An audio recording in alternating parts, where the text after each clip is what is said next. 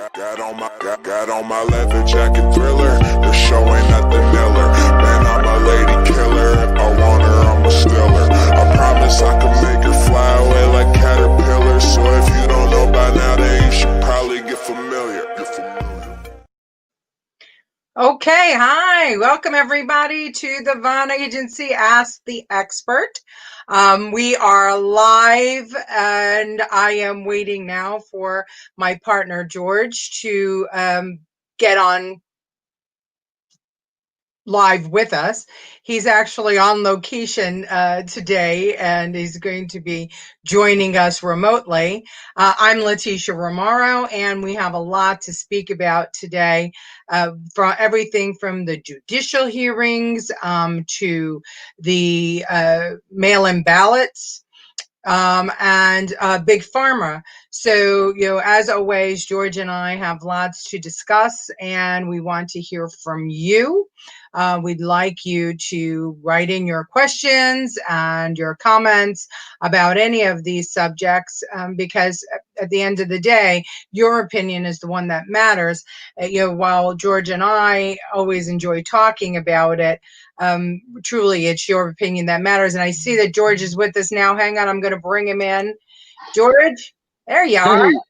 Hey, sitting in the Rogue. Well, does it sound all right? The first time I'm doing it. Sounds great. We only see half your head, but you'll adjust that. And, we love it. I was trying to convince George to do some man on the street interviews and ask people what they think about these subjects. No, not doing the man on the street. Not going to do man on the street. Okay, get it. So George, last night I had a great night. I'm sorry you couldn't join us. Me too. I went over to Navy Pier Tap Room on the North Shore, and what a fantastic place that is, to have hang out and have some drinks and have some dinner. John Gorga and Vic Rollo, they do a great job over there, but it is so beautiful down on that waterfront. It's just amazing. The breeze, it was hot, but the breeze was fantastic. And the patio that they have is kind of all overhang. And so no matter where you sat, you were, protected from the elements. But I had the greatest chicken wings I have ever had anywhere. Chicken wings. You didn't drink with your chicken wings, right? Because you need more substantial food than chicken wings to order a cocktail in New York. Well, you do. So I ordered two orders of chicken wings. I ordered Vietnamese, and there was one with a white sauce with pickles. I don't remember what it was. If anybody from Navy Pier is watching us today, they should write it in the comments. I forget what it was, but it was absolutely great. And then I had a salad, and I was with Jen, and she had the fried chicken sandwich, which was it was enormous. She couldn't even eat even a quarter of it, but it was, it's such a pleasant surprise that you could be in 90-degree weather but sit under that overhang with all the fans and the breeze coming off the water, and it is so comfortable there. I love the view down by Irby. I think it's probably one of the greatest spots to sit and enjoy a meal. It's great down there. Beautiful. And I couldn't believe how many people were there. There were people waiting 6 feet apart with their masks on online for a table throughout the evening. And yesterday was a Thursday. But they have some great specials too. They have, I think it's on Mondays, it's $5 chicken wings. And then Tuesdays is $5 tacos. So the menu changes, but it was really great. And it's been long awaited for the opening. They were planning to open just before COVID hit. And as we know, with all of our restaurant owners, it's just been a really, really difficult time for them during this time, and all of their restaurant staff. So I applaud our great restaurant friends like DeLuca's, and Yeah, like DeLuca's Tilbury. in Tottenville. They're hanging on, thank God. One of my favorite places to go. If you guys haven't hit DeLuca's, what they did in the backyard is gorgeous. They got rid of the bocce courts and they made it all outdoor seating to deal with COVID, and they adapted well. It's still a fun experience. Yeah, I mean, and Rob DeLuca is he's a great guy, and the food there is just always wonderful. I never like to go out to eat Italian because I always tease that I can cook better than any restaurant Italian, but You can, Del- you can. DeLuca's it tastes like my grandmother's cooking, and so I'm happy always to spend money there or Yeah, pasta, I remember when we had the party, and no one believed that we didn't cater that party. Yeah. Not a soul believed it. They were like, "No, where'd you cater this? I want this." Well, we didn't cater it. We Yeah, cooked years like ago, good Italians. we both had restaurants. I don't know if any of our audience knows it, but years ago, George owned Uncle Bourbon's down on Bay Street, and I owned Audition Supper Club in Pleasant Plains, I guess you'd call it, at the bottom of Amboy Road, right near the train station. So both of us are restaurateurs at heart. And we moved on to marketing and politics and government, and so here we are today. But anyway, you were missed last night, George, and we have to go back down together another time. And the great thing is that while we were there, we ran into everyone we knew, just everyone we knew. Scott Lebedo stopped in with his girlfriend, and Chris Campbell and his friend Chris Corbo were there, and some others. Terrence McGinley, who owns Flower and Oak just down the block, he was there as well. And there was a whole group of firefighters there that were having some sort of celebration. So it was remarkable, just one after the other. We ran into people we knew last night. So it's a great neighborhood place. So try it out. And the interesting thing is about the two restaurants we're talking about. Navy Pier Tap Room is on this very, very, very tip of the North Shore in Irby, and Lucas is on the very, very, very tip of the South Shore Yeah. on Amboy Road. So no matter where you are, you should try them out. Anna Spilklovoskaya says hi. Oh man, Anna, I'm gonna call you. I know you've been calling me, Anna. I'm gonna call you, but the first thing you're gonna do is teach us how to pronounce your name correctly. We're gonna have we'll have a show on Russian surnames and how to pronounce them. Russian, Czech, it'll be great, and even Italian. We could have some fun with that. But anyway, so we have a lot of politics to talk about. I know that our audience is itching to discuss what's gone on this week, and I'm kind of amazed. There was a lot of hearings this week. There was one going on earlier today, but I think the one that captured everyone's attention was the House Judiciary Bill Barr. hearing. Yeah, Bill Barr is a warrior. Again, this isn't everyone thinks I'm like some super Republican, but I'm not. I like people who are balanced and just read the letter of the law instead of injecting their personal opinions. And man, this guy just stuck to his guns the whole time, and I respect that, even if I don't agree with him. Well, you know what amazed me, George, is that we spend time and energy and a lot of hype, on these hearings, and then we bring a witness in, and To ask him questions for him to answer. And then instead of actually, letting that witness answer the questions, it's a lot of hostile diatribe. And, for me, I thought that it was so very rude. I thought it was very difficult to watch, but more, I guess, concerning than the way our House members were acting towards this witness was the fact that they were reminding me very much of the same agitated state that we see the so-called peaceful protesters in during, when they're yelling and screaming at police officers or others who they don't agree with.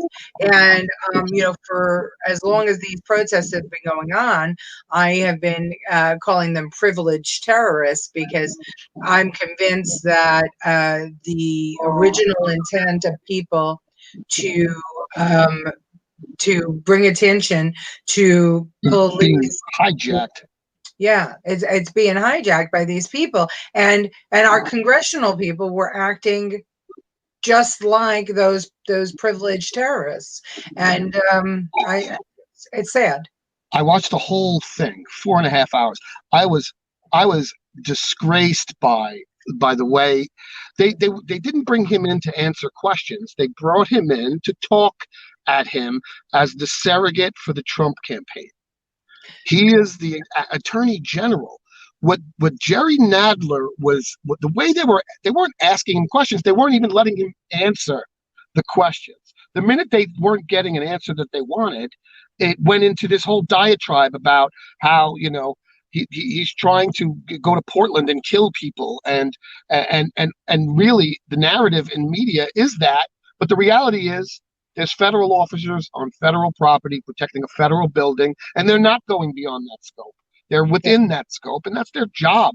These are your mother, your father, your brother, your cousins. They're officers who took a job to put their lives on the line. And we have Congress members calling them stormtroopers and Gestapo. To use the word Gestapo is an insult to everybody, because the Gestapo, is Nazi Germany. If you want Nazi Germany, this is not it. I promise you, you're in a privileged place right now. There are a lot of places in the world. I'm going to go off. There's a lot of places in the world right now where you even attempt to talk against your government and you're slaughtered. All these federal officers are trying to do is protect federal property, and that's it. And that's all Bill Barr was trying to say. But they tried to paint him into a corner of hurting peaceful protesters. I think one of them said mothers and doctors and lawyers.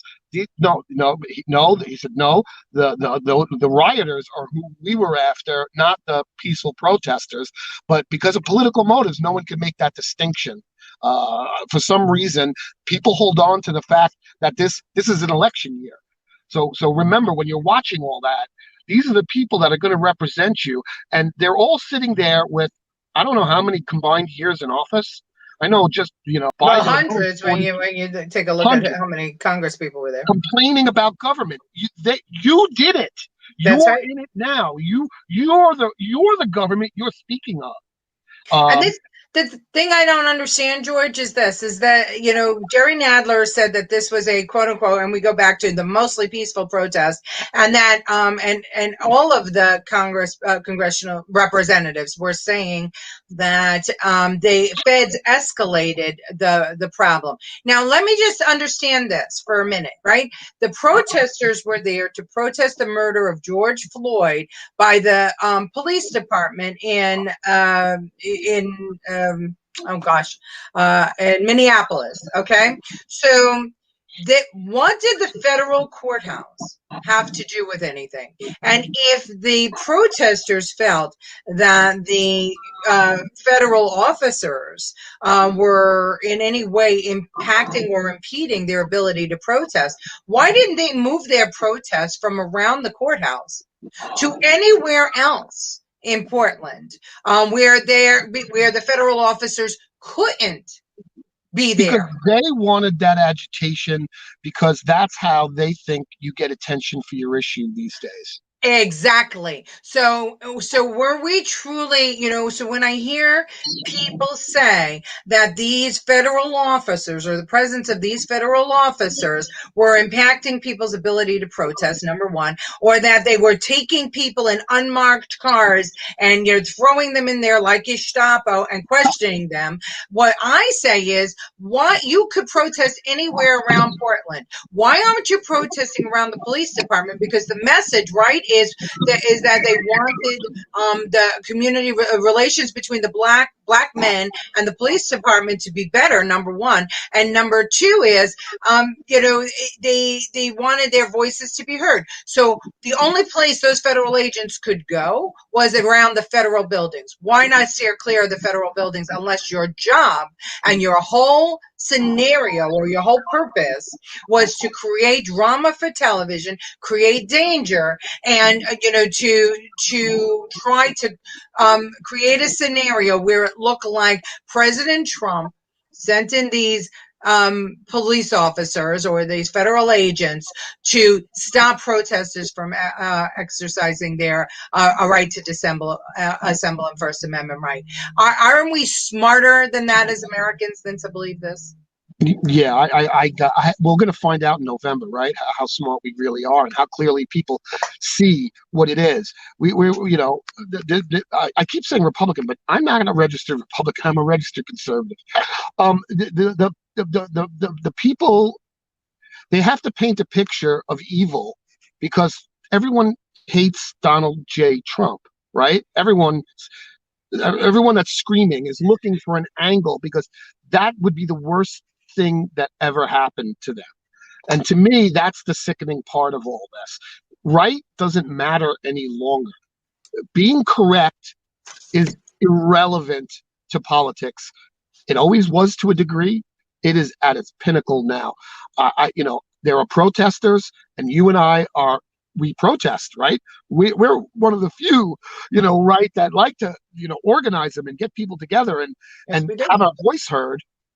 And then there's looters and rioters that are taking advantage of a situation for whatever political gain or monetary gain or social gain. Social virtue signaling is the new capital of our country.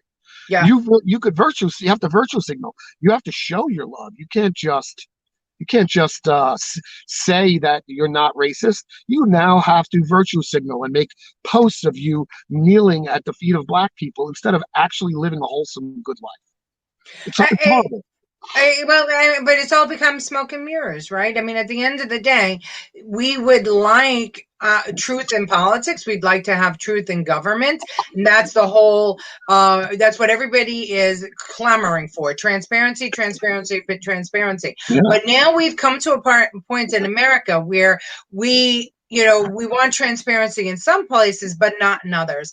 And, this shell game that's being played doesn't make a lot of sense to me. And what it's doing is it's fostering further, divide. Divisiveness. I mean, I've never recalled in my lifetime people being as partisan as they are right now. And I mean, both sides. I am not taking a side here, whether it's Republican or Democrat. I never judged people by their party. I never judged people by their skin. I never judged people by their sex. But it seems that now more than ever, everyone is doing that. They're, the Democrats, the liberals, the socialists, the this, the that. Everybody in a party doesn't think alike. And thank God. It doesn't make sense. Like the example I like to think of is, there are bad people in every culture and every job and every role, right? So, there's a bad cop, and we all saw very clearly this was a bad cop, just a bad dude. I'm sure that there's very few people on earth defending this guy because it was clear. But no one is saying there's if a Black person commits a murder, do I condemn the Black race for that guy? I don't. Right. I don't. Of course not. And I used Black, but you could insert whatever race, religion, creed, or color you want. Well, look at what happened after 9/11, right? After the terrorist attacks on the World Trade Center and in Pennsylvania and in Washington, there was a big suspicion. There was a widespread suspicion about Muslims in America. And because my very dear brother, Shah, is Muslim, his store, which, I mean, he's a member of this community and he's been part of this community forever. His store was firebombed because of it. And there was a whole kind of movement for people to label Muslims as terrorists. And that still goes on today, and we know it's wrong. So if that's wrong, how is it not wrong to be labeling people do as I say because of the color of their skin, and not as I do? Yeah. And I avoid doing. Listen, Martin Luther King had the greatest line I've ever heard in my life. Judge me by the content of my character, not by the color of my skin. Right? Agreed. Is that him? I think that was Martin Luther. I'm really bad at that. But it's the same for police, right? Bad police need to go to jail. Is anyone denying a bad cop needs to go to jail? Is there someone out there going, protect bad policemen? Not that I've seen screaming. Maybe there is, and I'm missing it. So to me, Well, you need to think of the police like another subculture. Do you want one bad cop to be? Do you want one bad person in your culture to be the one like Osama bin Laden and Muslims? yeah, Do you want that to be your judgment? And if you don't, then never do it to somebody else. yeah, And that's what they're doing. They're doing it to other people, saying all cops are bad because of one or two cops or three cops or five or 20 cops. There's millions in the country, right? yeah. So I'm disgusted by it. The double standard, the hypocrisy, churns my stomach. I'm coming past my midlife, heading into my midlife crisis here, and I've never witnessed this much divide. We always had a little poke here and there, and we made fun of each other a little bit here and there about issues, and now it's become very serious and possibly dangerous. People are throwing around Very dangerous. A man was killed because a black man was killed because he was showing his support for Donald Trump, and he was killed in broad daylight, and I didn't this even is hear what we've about come this. to now. Oh yeah, I believe his last name was Trudell, and he was killed because of he had a sign, and as a matter of fact, if you look on social media, he actually said a couple of times, "I'm taking my life into my hands here by by letting people know my support for Donald Trump." And he was I believe he was stabbed to death. So I just want to say one thing. You're right. It was Martin Luther King who said that, "Judge me by the content of my character, not the color of my skin." Anna Shapilkovskaya is how you say her name. She's going to teach us in person. But she does say that she likes the term virtue signaling, and she's going to write it down. Well, So it's the new cool. And social media. Listen, you making a social media post is not helping Black people. right. You getting out in the street and doing something actionable for your community, that's helping people. Do something. Don't say, of course, say something when you see something bad, but be part of the action, not part of the finger pointing and yelling. Do something about it, and physically get out there and do stuff. I see a lot of people complaining, and I see very few people doing.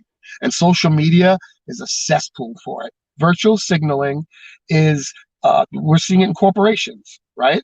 We're Yeah. seeing it in baseball. They're virtue signaling, right? I watch baseball to forget all these serious problems in the world. That's my reason for watching. Your personal reason, I don't care. That's to you. My reason is to forget and not hear about politics or be lectured at or be talked to for a couple of hours and enjoy the game. Now you can't even do that. Now, out of fear of being boycotted or fear of being canceled, they have to take a stand. Years ago, George Steinbrenner would have said, "No, we don't mix that up with baseball. This is baseball." Right. Yeah, So people think that if it was a Donald J. Trump 2020 flag, I'd be just as pissed. I swear to God. Baseball just needs to be baseball. That's We need right. to isolate these things, and this cancel culture is going to turn into canceling humans, and it's already on the way. Individual humans, people are trying to cancel them, calling their jobs, making up things because you're a Trump supporter, whatever that means. Right. You support your country. I respected Obama when he was president, and you could search my Facebook history. You'll rarely find me attacking anything but an issue. And look, we saw a teacher in Texas be fired because he on his social media I guess chastised somebody or stated that we should have respect for our president. I don't even know that he used the word Trump. And the gentleman I was talking about is a Milwaukee businessman, and his name was Remauro, and he was killed in cold blood in the middle of the day because he displayed in his store signs, showing Donald Trump for president. So it's really, really scary that this is what's going on in America today. And I think that we all need to think about whether we want to go back to a time in our history when we were censored. I mean, the McCarthy hearings censored people. They destroyed people's lives. Destroyed people's lives. But let's go back to the protesters in Portland, because I want to make perfectly clear my opinion here. The federal agents have every right to be in Portland, Oregon, defending the federal courthouse. Because the police can't or won't. Because the police can't or won't. So this is property. It's taxpayer property. It belongs to all of us, to you, George, to me, to our parents, to our loved ones. Everybody who pays taxes owns that building. Now, if that is where the protesters want to be, then that's their choice to be there and to protest there. What they're protesting at that building, I don't know. The protection of it, the president, they haven't made clear. But they're certainly not protesting the murder of George Floyd, because if we were protesting the murder of George Floyd, or they wanted to call attention to their movement to defund the police, that's not the place for it. It doesn't make any sense for it. They're looking for drama. They're looking for hostility. And in my experience in 57 years, that's not how movements have come to terms. We saw the civil rights movement in the 60s, become adopted. They may have started and had some violence within it, but it wasn't sustained violence that got people's attention. What got people's attention, I think, was a sympathy for people who just wanted to live their life and have a share of the American dream, who happen to be African American. And the majority of hardworking Americans at the time saw that march over the bridge, saw them beat down, saw them come back and do it again, and said, hey, there for the grace of God goes I. We need to do something here. We need to support the movement. And people pressed, and Johnson signed the civil rights bill. And the women's suffrage movement happened in a similar fashion, didn't it? I mean, you're more of an expert than me. Absolutely. 100 years ago, women were marching and requesting the right to vote. There were certain groups of men that did not want them to be granted the right to vote. They teamed up with the abolitionists. And most of them, by the way, for those that don't know, Republican. Susan B. Anthony, Katie, all they were Republican. At any rate, they created some mischief, these women, and they blew up mailboxes and they broke some windows to get some attention, and they paid dearly for it. They were dragged, they were beaten, they were put in jail. Ultimately, the decision to give women the right to vote was found with compassionate men who supported their spouses and supported other women, and they fought on behalf of the women for the right to vote because they were a majority and they were empowered. The gay rights movement, we had Anita, what's her name? The orange juice lady.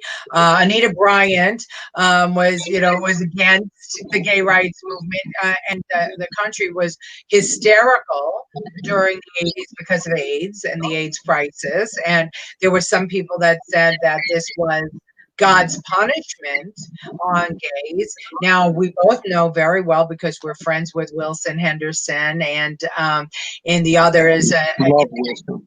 Yeah, love him. Yeah. Yeah, the Stonewall vets. So they were there the night of the Stonewalling uprising. Um, it was 7 days of protest. It was resistance. It wasn't so much protest. Nobody was hurt.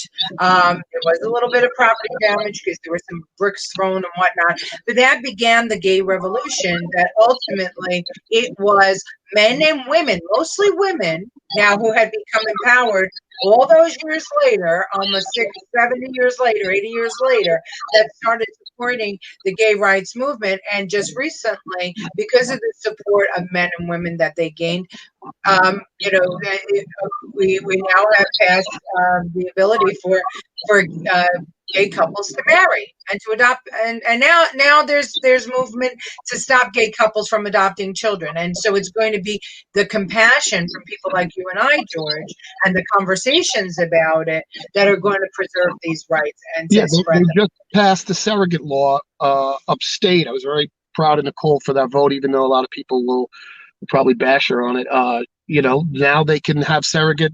A gay couple can have a surrogate parent, and that took a law. I remember to circle back. I remember as a kid in the '80s, if you were gay, you went to South Beach, and that's where they all kind of gathered and they parked their cars and they made out just like we did or anybody else did when they were kids.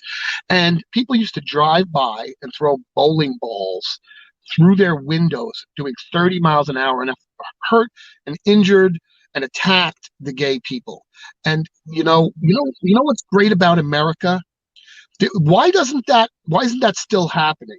Because we have rule of law, and the police came in and they stepped in and they investigated and they pounded and they found these people, and now they're so afraid to do it because the punishment is so severe that they wouldn't even if they had the inkling, which is disgusting to its core, they're more afraid of the police than they are of their anger at gay people. So rule of law. And also those people that would ostracize them for doing so. Yeah, right. Yeah, absolutely. Now those days are fading because like you said, of sympathy, of empathy for another human, because you would imagine, oh my God, if that was my kid that was gay, that could, and people slowly got the message, but the rule of law helped penetrate that message and protected those gay people. I remember as a kid wanting to get out of Staten Island after I saw this. This was a rampant thing. I don't know if you remember it. I do. I remember it very, very well. There were fights in all the high schools. There was attacks on a regular basis. I mean, in the '80s, the AIDS crisis, which, oh, by the way, was considered a pandemic by some, or called a pandemic by some, but the AIDS crisis. It put fear in people's hearts, and there were some people that thought that they had to be righteous, and the way to be righteous was to wipe the gay people off the earth. And when you think about that now, I cringe when I think about that now. Stressful times create stressful behavior. But again, it is creating a connection between the majority that will change the pattern of the way things are done. And I know that the original intent behind the movement after George Floyd's murder was to try to find that compassion in the greater white community, for them to open up their eyes and to say, hey, black men are being killed by police at a far greater rate than white men are being killed by police. The only problem with that argument was it's not true. Yeah. Right. And numbers don't support it at all. Yeah, the number, it's interesting that there's so many people out there going, I want facts, I want proof, I want statistics. And if you're on Facebook at any time, or Twitter, or any social media, and you post something, 9 times out of 10, you're going to get somebody who's going to say, well, prove it to me. Show me your source. Show me your source. Which shows to me that there are a lot of young college people on social media because they actually want footnotes for everything. The truth is, I lived it. Yeah, right, exactly. I lived through it. But and the numbers don't support it. And I know a lot of cops, a lot of law enforcement agents. I don't know one that's racist. Not that I know them all, but I know that they exist, Of course. right? And together, let's find them and get them out of their job. But That's this radical movement is only causing people who wouldn't necessarily take up the Mason-Dixon line style fight, taking it up now yeah. because you're forced to. You feel backed into a corner when you're like, no, I'm with you. I'll walk with you. You're right. That cop goes to jail. Did he go to jail? Yep. Okay, we did the right thing. Thank God we did the right thing. Yeah. Right? There was no political connection pulling him out of that jail. Yeah. Right? So as a group, as a country, we did the right thing. He got arrested. The two cops that were with him got arrested. And he is going to get a trial just like everybody else. And, he will be, I'm sure, in this case, found to be guilty because of the overwhelming video evidence. Why do we have to fight about this? We agree. Well, but the ball, they keep moving the ball on the arena. Okay, so this started out as we want attention on about police brutality, and then it went from that to slavery now, and we're now wiping out our history. We're wiping out anyone who was a Confederate.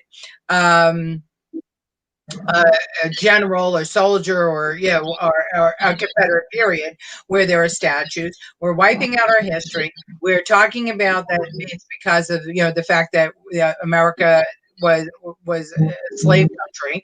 We're trying to change the national anthem. We're getting rid of Christopher Columbus for what he did in the 1400s in islands that don't belong to America. And so, we have to abolish Christopher Columbus.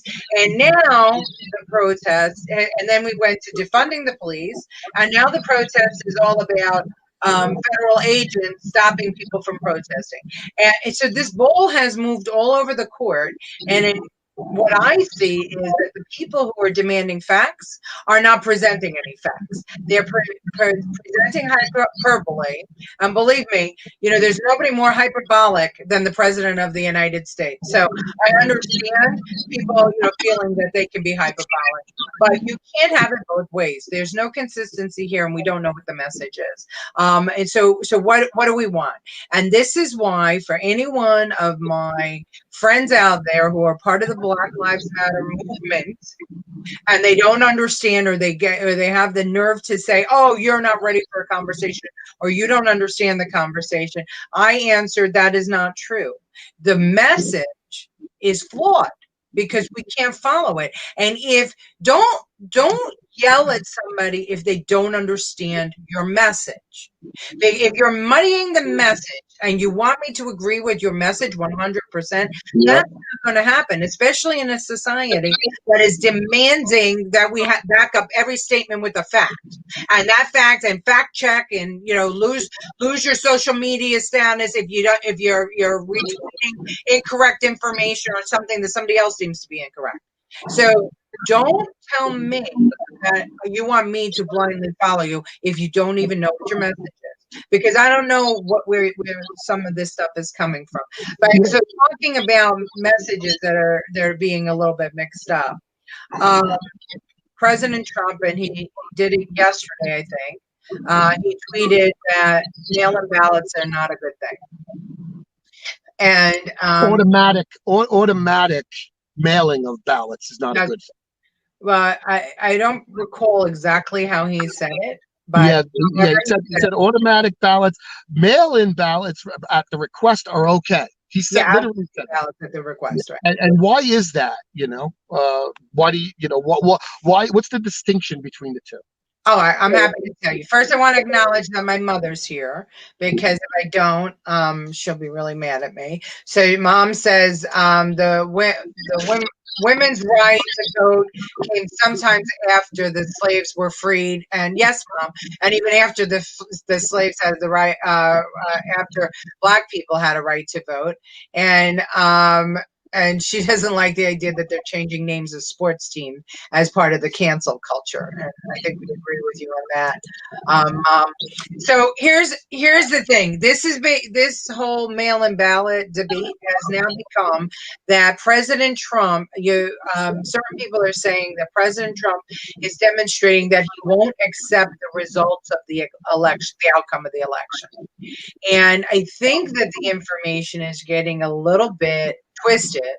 And I'm going to try my best to decipher what the president was trying to say from everything that I saw, and why this,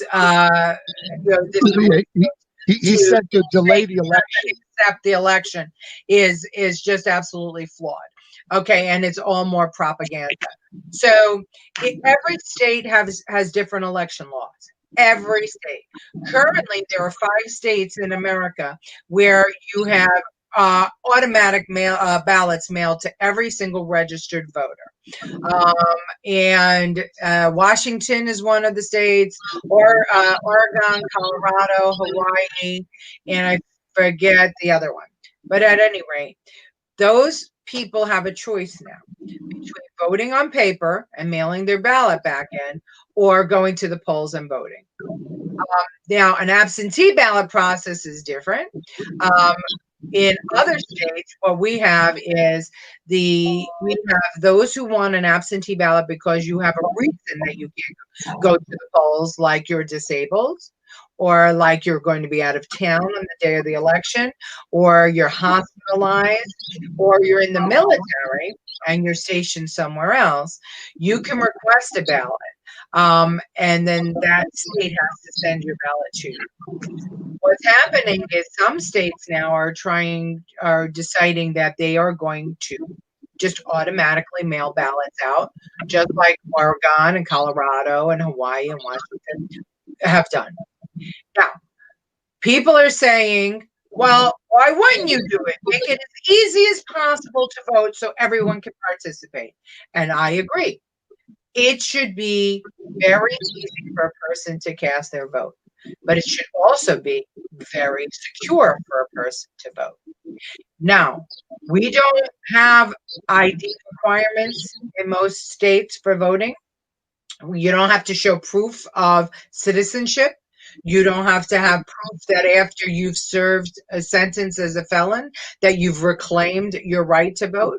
You don't have to show proof of address, even that that you want to register in a state to vote. You could just do it. Here's the problem. And then the other question, the other comment I'm hearing from people is, we've had mail-in ballots for forever. Why we need them? But this is what we're talking about here. Okay, so I'm going to tell you why it's different.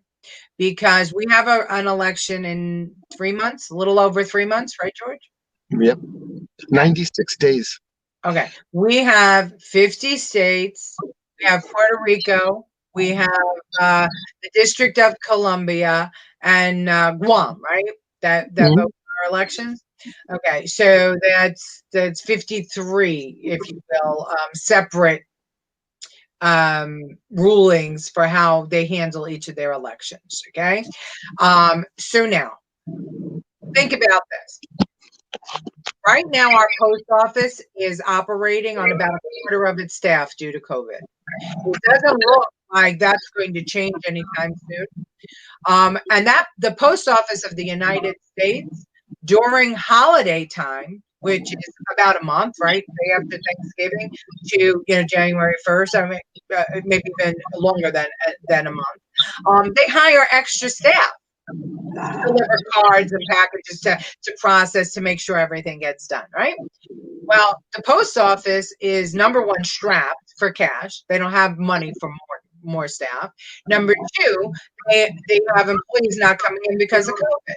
So you're talking about having a potential across all the 53 territories, let's call them states and territories. You have the potential for 250 million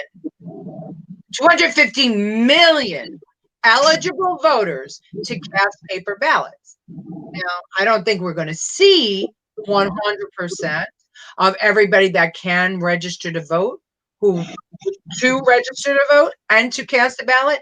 But to be responsible, you have to be prepared for that to happen, because it could happen, right? Conceivably, everybody could decide that 2020, I want to vote and I'm going to register and I'm going to get a mail-in ballot, a paper ballot. I'm going to mail that ballot in. Okay, now post office has to process it, and they have to process it according to the rules and regulation of the 50 states and 3 territories. What does that mean? Well, in New York, your vote won't count if it's mailed in unless there's a postmark on it that says it was received at the Board of Elections by the day of the election. Okay? If it's not postmarked, it is not a ballot that can be counted. And the Board of Elections can disqualify it without any ifs, ands, or buts. And Okay? they will. They just disqualify it. No postmark. We also know that the post office has had a habit of losing mail being damaged. Yeah, 200,000 ballots were lost in the primaries on the last round. 200,000. I forgot what state. So this is under normal circumstances, that the amount of mail that comes to the post office, we lose mail, certain things happen. Now think of it with a quarter of the staff actually working, within 2-week period, 250 million pieces of paper in 50 states and 3 territories coming in, and it all has to be sorted and marked accordingly, properly, for those votes to count in each of these designated areas. That's crazy. It's crazy to consider that we could do that, being down 3/4 of the staff in a COVID environment. And let me take it further than that, and you could stop me, because again, you're the mind here. But I remember voting as a child. My very first time I voted when I turned 18, was for Bush Senior. And my father took me down to the polling station, pointed me at the poll, and said, "Now go vote for Bush." Yeah. He didn't tell me to go vote, right? So now imagine they had this system in place when I was 18, and my house got mailed 4 ballots. Mm-hmm. And the 2 kids were at college, they're anywhere. What's stopping the parent from filling out the kid's ballot?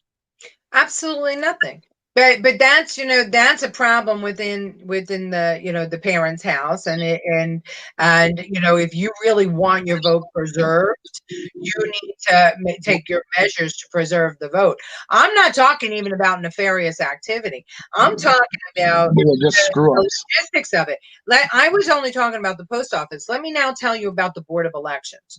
Board of Elections does not have a full complement of staff on 365 days a year. Why? Because their big days are primary day and general election day, right? And for petitions and other things. So what they tend to do is, on election day and primary day, they hire temporary workers to work the polls. They're trained, they take training classes and everything else, but they're temporary workers. Now think about this. We have Board of Elections across the country, different rules in different states, mostly temporary workers, getting an influx of paper that they've never seen before. Why do I say they've never seen before?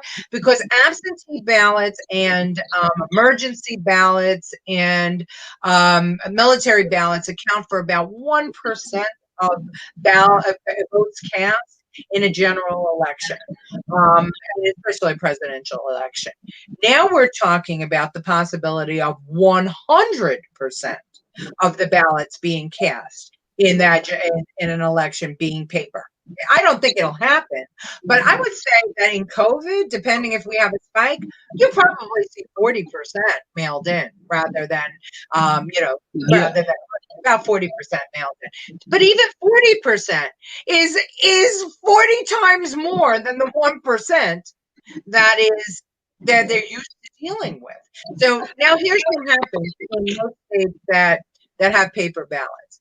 Paper ballots, unless you're an all mail-in state, paper ballots are treated as special ballots. In other words, if you didn't show up at the polls to vote, Those ballots are only really they're counted about 2 weeks afterwards, and they're only figured into the result of the election in a super close election. In other words, we'll talk about what recently happened. Nicole Maliotakis had a primary with Joe Calderera, and she got 70% of the vote, and he got 30% of the vote. And so it was clear on election that and knowing how much paper was in the Board of Elections on the day of election, they knew that she won, and so they could declare the winner. But in the case of, let's say, Carolyn Maloney in New York, they're still counting that paper. And the amount of paper that they have is more than the separation between her and her opponent.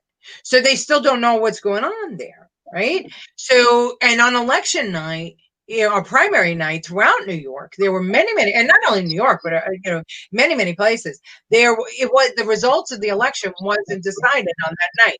So what happens in that case? In most cases, the campaign of either side, when it's too close to call, the campaign on either side says we're going to lock down the ballots. What does that mean?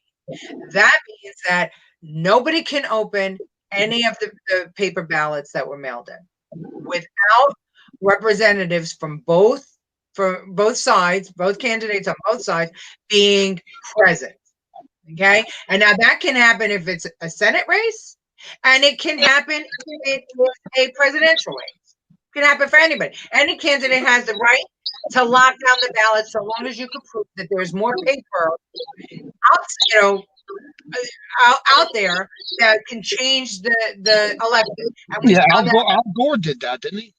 Well, we saw that with Tanusis and what's his name, Kepi in China. We saw that in 2000 with George Bush and Al Gore, hanging chads. It was only in Florida. Only Florida. So Florida was not decided on election night, so we did not know who the winner was of that election. Now, think about what's going on right now. We have two sides that are so vehemently opposed to each other. Can you tell me with certainty that there won't be challenges no matter where it is? This is going to be a close election, and we know it. And unless that there is total runaway, there's going to be a challenge for paper in every single state. Which will drag it on forever. Which means that it dragged on almost to Christmas in the Gore-Bush election in 2000.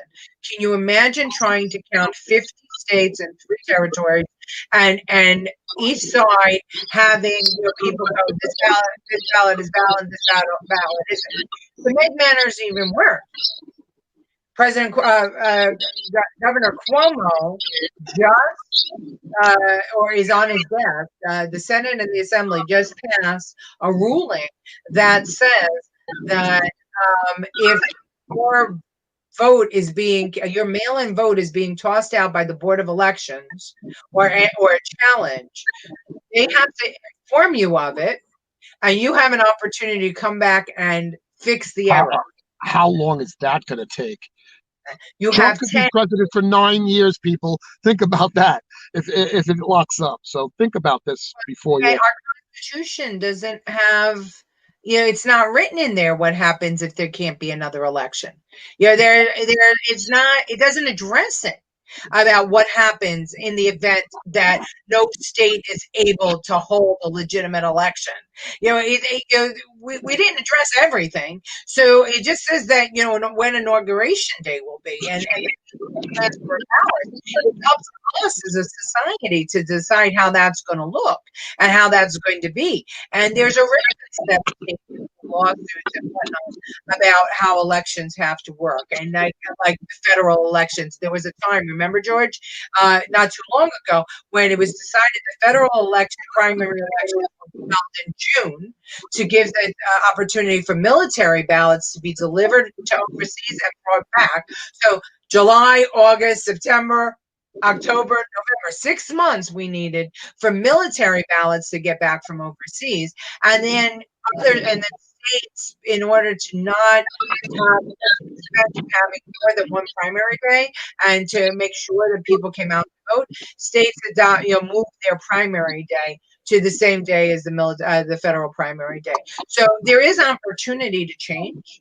There's opportunity to address all of this that I just brought up, but it cannot be done in 90 days. No Just way. can't. It We're can't. just not capable of it.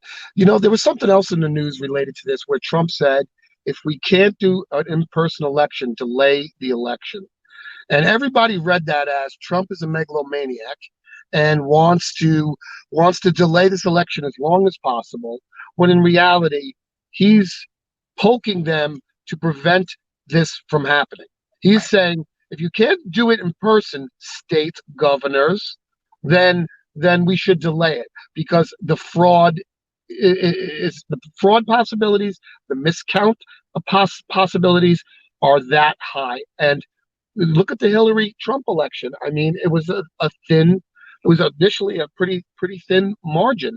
This one, looks to be even thinner. So, like you said, we're heading down a path where this country is going to be in a position where the ballots will be in, and we won't know who's president until the following year. And think about it. Look at the protests that are going on now. Do we think that truthfully that either side is going to just say, "Okay, I give up"? No. I think this election was held. The red state governors are going to be accused, like Florida was in the hanging chads, the debacle of 2000, are going to be accused of fraud in their elections. The blue state governors are going to be accused of fraud in their elections.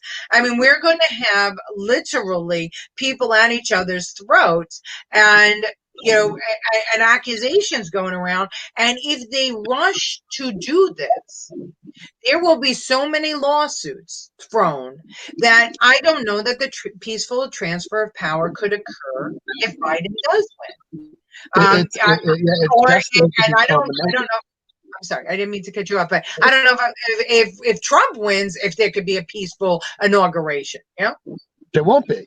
That we're set up for misery, either direction, no matter who wins. And the only answer to me is one: you need to vote in person. Don't take that ballot unless you're really afraid of COVID or at risk or have COVID or are elderly and there's a genuine fear. And that's what the ballot request process is for, where you request a ballot and you have to go through that step. So this way the post office isn't overloaded and it's fair. But everyone out there needs to go and vote in person if you can or are not afraid to. Don't take the easy route, because dropping your vote in that mailbox could be the equivalent of burning it in a fire. Yeah. And there's so, listen, I can think of right now, I can think of 100 different ways. I mean, we're in marketing, right? We design, our minds are designed to get people to do a thing. I could think of many, many ways that people could actually commit fraud. And, I saw today, I asked this question on my Facebook page, and, people were saying, the counts of fraud are so few in America. Well, you know what? Even if it's enough to change one outcome of one election, that means that those people, whoever they are, and in this case, we're talking the president of the United States, those people, whoever they are not being represented by the people the person that they voted for. Yeah, I mean, listen, what's to stop somebody from taking a copy of a ballot that was sent out and scanning it, making a PDF of it, changing all the information, getting a voter enrollment book or the file, and just inserting it themselves, recreating everything, including the envelope, and mailing it into the Board of Elections under a whole bunch of other people's names, even under just one person's name? Do you truly think with 40% of the registered voters, coming in, and like I said, I'm gonna say 40% is probably a likely number of people who would have requested, mail-in ballots or would actually mail back their ballots if COVID is still raging in November.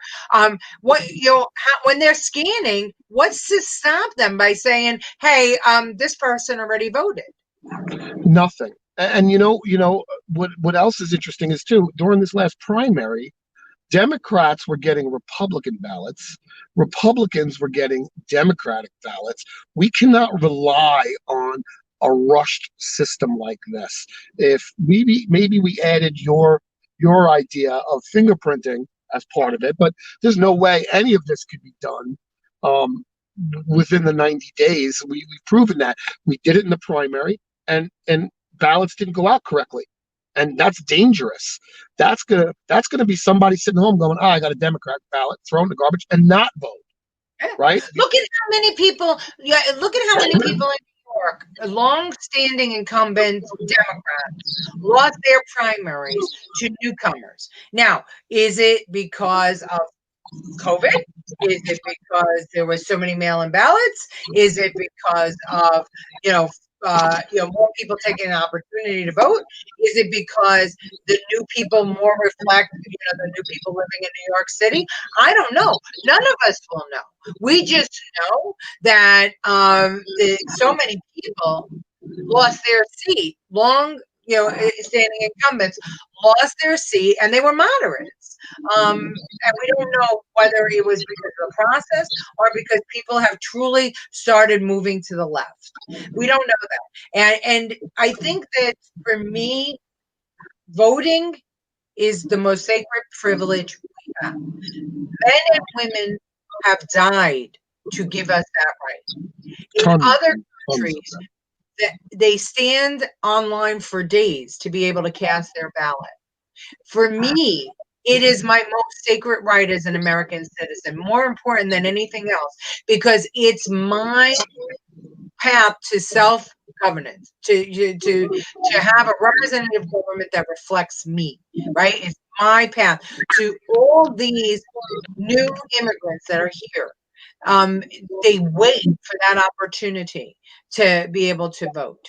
So to treat this lightly and to say, I don't want an ID voting. It could just be done. I'm appalled. And the other thing I'm not sure of, George, is this.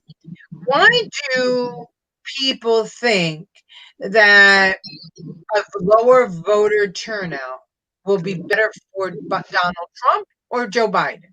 I mean, what do people think? That a lower voter turnout is going to favor the incumbent? Because I have had people accuse me when I say, there are pitfalls in mail-in voting like this at this time, and they're accusing me of suppressing the vote. No, why would I suppress the vote? And how does it? I live in New York. Yeah, it is a blue state. Our vote is meaningless. Yeah. It's meaningless. My vote hasn't been counted in New York since George Pataki. That was 20 years ago. So I would think that if you truly don't want voter suppression like we see in Georgia, like people are accused of in the South, then put a freaking fingerprint on everything. This way, the machine scans it, and these barcodes, forget it. Those can be stolen, whatever. You can't steal a fingerprint. It's a smart idea, and it could even happen at the in-person vote too. Beep yourself in, drop your ballot, and this way we could tell that your mail-in ballot was a duplicate fraud vote or a duplicate vote in general. Forgot. We can tell. Right now, there's no mechanism for that. So nationally, mailing out ballots is a disgrace to the system, and it puts us at deep jeopardy. And again, this is coming from us Republicans in a Democratic state. This can only benefit the Democrats. It's not gonna benefit anybody. It's going to destroy the integrity of elections forever. And watch the voter turnout drop like a brick. Because if your vote doesn't matter, then why go? You have to count it. Got to count it. Correct. All right, George, I'm giving you the last word on that. We're once again run over. On Monday, our guest is Michael Tobman. He's a Democrat strategist, political strategist, and he has some great stories about some great campaigns. He'll tell you independent. He is. Sorry. He is an independent, and you're right about that. But he has acted as a Democrat strategist, and he's acted as a strategist to Republican candidates as well. So he's joining us on Monday, and we can't. We unfortunately, our guest Ronte Ogilvie had to cancel this Wednesday. He is an educator, and he wants to talk to us about the Black Lives Matter movement. And so we have a special broadcast on Wednesday at 7 o'clock to address that. So tune in on Monday at 2 o'clock to meet Michael Tobman, and George and I will both be in the office, and hopefully in a place where you can hear us well, and the lighting will be better. And Wednesday is Ronte Ogilvie. Yeah, And we have new George, equipment coming, new equipment, so we'll sound better. yeah, new equipment will sound better. Mom, it was great seeing you. Anna, love to see you, and everyone else out there. Thanks for watching again. And George, get to Navy Pier Tap Room this weekend. I will, for sure. Thanks, everybody. Bye bye. Bye.